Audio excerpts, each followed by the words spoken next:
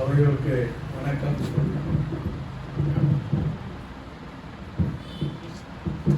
பொதுவாக கூட்டங்களிலே பேசுகின்ற பொழுது பழைய வழக்கம் என்றால் ஒவ்வொருவராக சொல்லி அவர்கள் இவர்கள் என்று சொல்வார்கள்.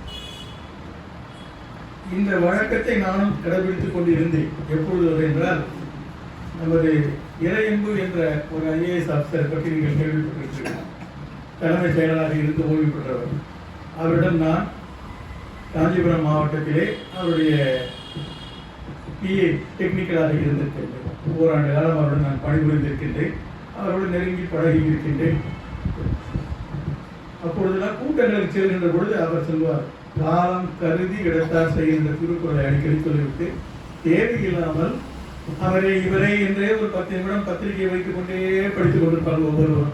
இந்த நேரத்தை இருக்க உங்கள் கருத்தை சொல்லுங்கள், இதெல்லாம் வேண்டாம், அவையோருக்கெல்லாம் தெரியும், இல்லை அவையோருக்கு வணக்கம் என்று சொல்லுங்க என்றார். அன்றிலிருந்து ஆரம்பித்ததுதான் நான் இப்படி எது எடுத்தனா அவையோருக்கு வணக்கம் என்று பொதுவாக சொல்லிவிட்டேன்.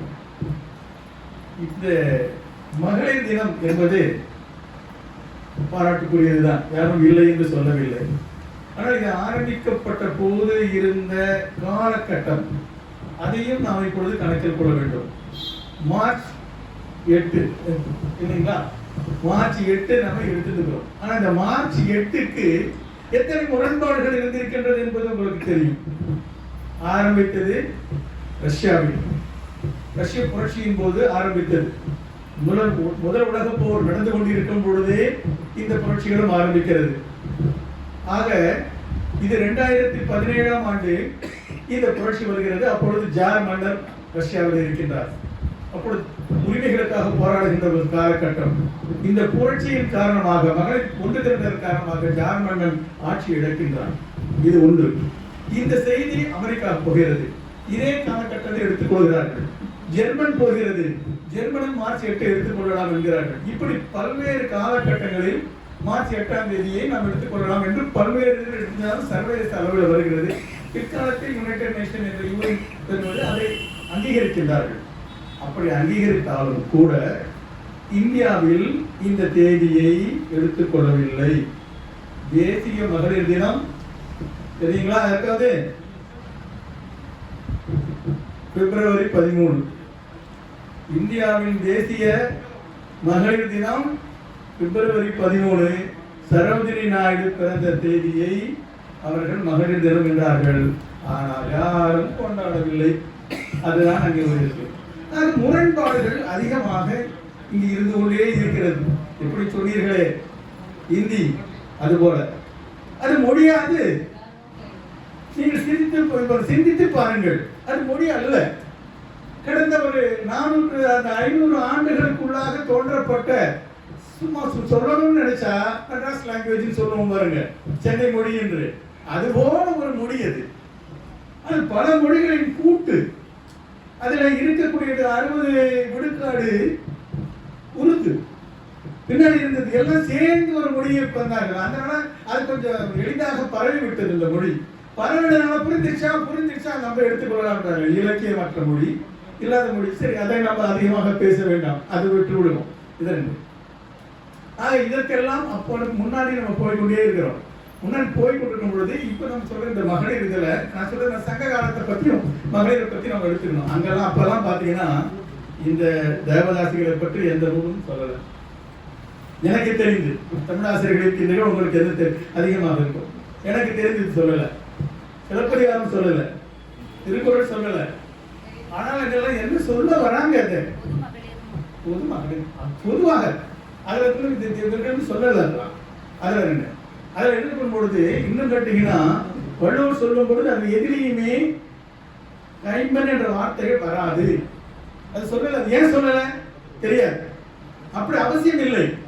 இன்றைக்கு தான் பின்னாடி வருகின்றவர் சொன்னானே, இவன் இப்படி பிறந்தவன், இவனுக்கு உதவி கிடையாது, பெண்களுக்கு உரிமை கிடையாது, பெண்களுக்கு தீட்டு என்றெல்லாம் பிரித்து பார்த்து கொண்டே வந்தாங்களே. இவர்கள் வந்த பிறகுதான் பிரச்சனை வந்தது. இவர்கள் வந்த பிறகுதான் சொத்தில் பெண்களுக்கு பங்கில்லை என்று. பெண் சித்தன் தான் அது வரைக்கும் மாடே தேனே கொஞ்சம் அந்த பெண்கள் பண்ணும்போது ஆடவனை விரும்புகின்றார். இவர்கள் ஆடவரும் விரும்பும் போது காதலை விரும்புகின்றார்கள். போர்க்களத்திலே போகின்றான், அவன் இறந்து விடுகிறான். இறந்த பிறகு அந்த பெண்ணின் நிலை என்ன? யார் என்ன செய்தார்கள்? இலக்கியங்கள் எதுவுமே சொல்லவில்லை. ஏனென்றால் பெற்றவர்களும் சரி, கணவர்களும் சரி, அவர்கள் அமைதியாகவே இருந்திருக்கின்றார்கள். எனவே அவர்களை பற்றி எதுவும் இங்கே வெளியே வரவில்லை. அந்த அளவுக்கு இருந்த இது ஏன் இது சிதைந்தது? பின்னால் ஏன் தேவதாசிகள் உருவானார்கள்? அந்த பெண்களை கொண்டு வந்து இங்கே வீட்டில் வேண்டாம், கொண்டு போய் விட்டுவிடுங்கள் கோயிலிலே, அவர் அஞ்சாவது கற்றுக்கொண்டு பழைத்துக் கொள்ளட்டும். அப்படித்தானே நீங்கள் தேவதாசிகள் உருவாக்கினார்கள். உருவாக்கியவர்கள் யார்? எல்லாம் தெரிந்து கொண்டுதான் வருகிறோம். சாக்ரட்டிஸ் பற்றி அம்மையார் சொன்னார்கள். சாக்ரட்டிஸ் யார்? அவர் கிறிஸ்து பிறப்பதற்கு 400 ஆண்டுகளுக்கு முன்னாடி பிறந்தவர். அப்போதே அவர் திருத்துகிறார். அதன் பிறகு அதே காலகட்டத்தில் வள்ளுவர் போன்ற புறநாட்டு வந்து கொண்டிருக்கின்றது. அவர்கள் வரும்பொழுது இதெல்லாம் பாருங்கள், வள்ளுவர் கூட பாருங்கள், வள்ளுவர் சொன்ன கருத்துக்களை கூட கூட சென்னா புலவர் என்று சொல்லுதான் நம்ம இளங்கோடிகளை சொல்வார். இப்படி இவர்கள் என்ன சொல்ல வருகிறார்கள்? ஒவ்வொருவரும் மகளிரை பற்றி இந்த மகளிரை பற்றி சொல்கின்ற பொழுது 9 வயதிலே திருமணமானதை பற்றி நீங்கள் கருத்து சொன்னீர்கள் ஒவ்வொருவருக்கும். ஆனால் நீங்கள் பண்டைய பாருங்கள், சிலப்பதிகாரத்திலே பாருங்கள், கண்ணகியை பற்றி சொல்கின்ற பொழுது இளங்கோடிகள் என்ன சொல்கிறார்? 16 ஆண்டு மகவை. அகவையார் 16 ஆண்டு அகவை. அகவை என்பது வயது சொன்னார். என்னென்ன சொல்கிறார் பாருங்க அவர். ஆக வயதுக்கு வந்த பெண் குறைந்தபட்சம் 12 வயதாக இருக்க வேண்டும் என்ற கருத்தை சொன்னார். பையனாக இருந்தாலும் சரி, 18 ஆண்டு இருந்தார். ஓவருக்கு வயது 18 ஆண்டு. சும்மா எடுத்துக்கொண்டு குழந்தை திருமணத்தையா சொன்னார்கள் அவர்கள்? இல்லை. அப்படியானால் எப்படிப்பட்ட சமூகம் நமது சமூகம்? நம்ம எல்லாம் மறந்துடக்கூடாது. குழந்தைகளுக்கு சொல்லித் தருகின்ற பொழுது இப்போது இருப்பதை சொல்லிக் கொடுப்பது இவர்கள் 1400 ஆண்டுகளாக கைபர்கன வழியாக வந்தவர்கள் நம்முடைய மொழியை அழிக்க முற்பட்டார்கள். அவர்களுக்கு மொழி இல்லை, ஏதோ ஒன்று இன்றைக்கும் சொல்கிறார்கள். ஆரியம் போன்று சொன்னாரே தவிர அதை பேசும் மொழி அல்ல.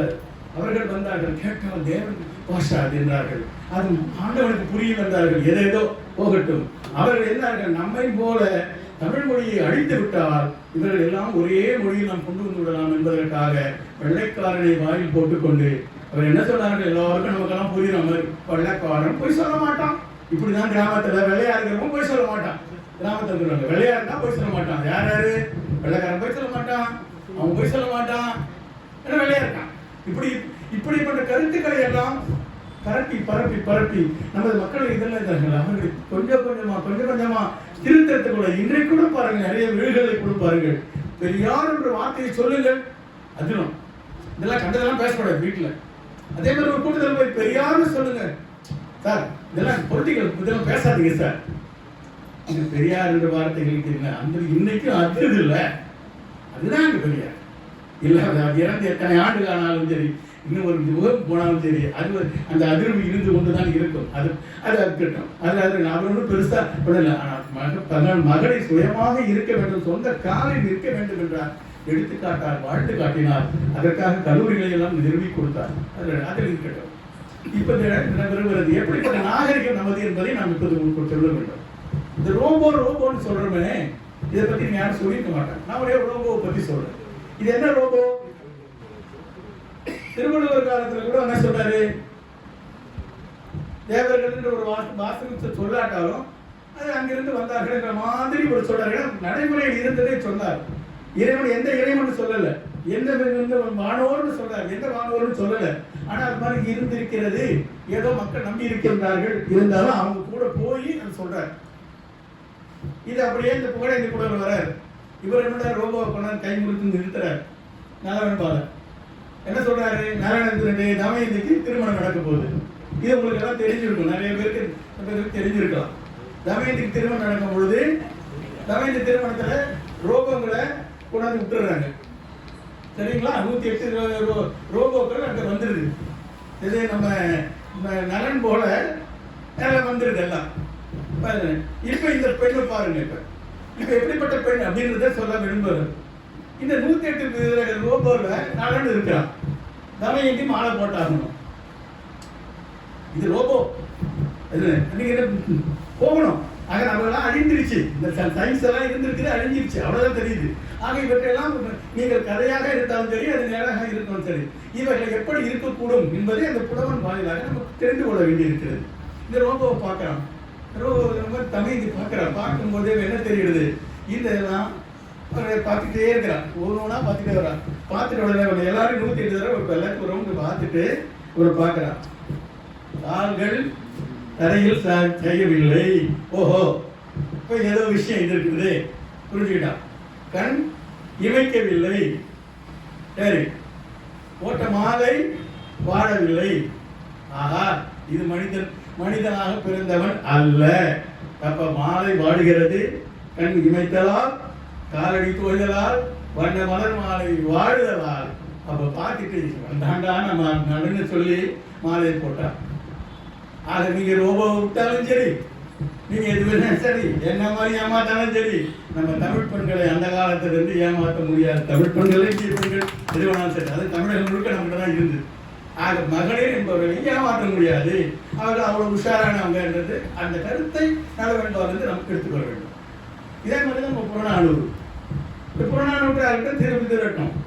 இவர் சொல்கிறார், யார் வள்ளுவர் எப்படிப்பட்டவர், மகளிரை பற்றியெல்லாம் சொல்லிக்கொண்டே இருக்கிறார். கற்பு முடிக்கணுமா, இருக்கலாமா, முடிக்கலாம், இன்னும் ஒரு 3 நிமிடம். இந்த கற்புன்ற வார்த்தையை சொல்லிட்டே இருக்கிறார்.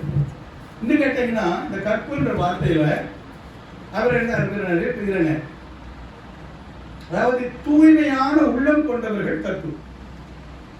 அவர் என்ன 2-3 சொல்றார். மகளிரை பற்றி இன்னும் கொஞ்சம் விரிவா சொன்னா ரொம்ப அழகாக கொஞ்சம் இந்த காமத்துப்பால், இந்த காமத்துப்பால் விட அதை அதிகமாக படிச்சு பார்த்தீங்கன்னா அதில் ஒன்றும் அதிகமாகவே இல்லை.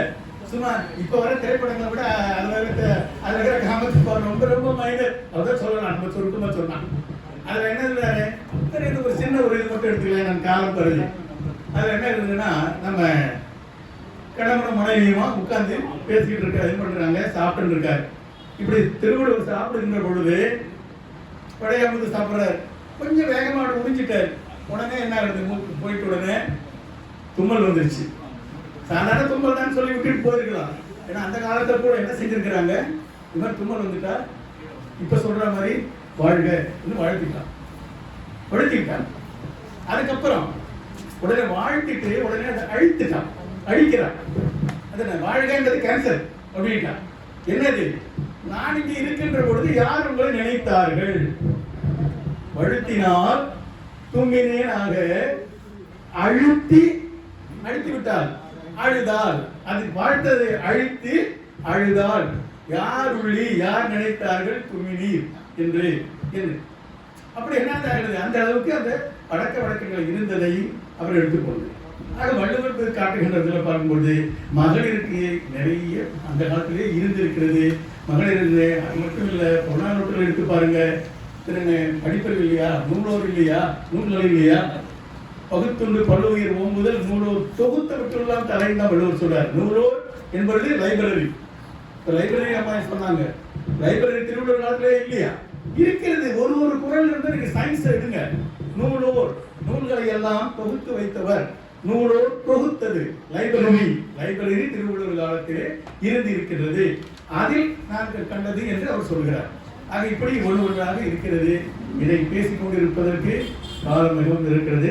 தனியாக ஒரு இதில் இருக்கும் பொழுது உள்ள பேசினா இது 3 மணி நேரம் கூட பேசலாம். அந்த அளவுக்கு நம்ம சங்க இலக்கியங்கள் எல்லாம் இருக்கிறது.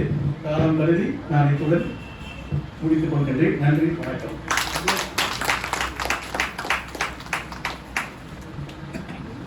அடுத்ததாக சாவித்ரிபாய் பூலே அவர்கள்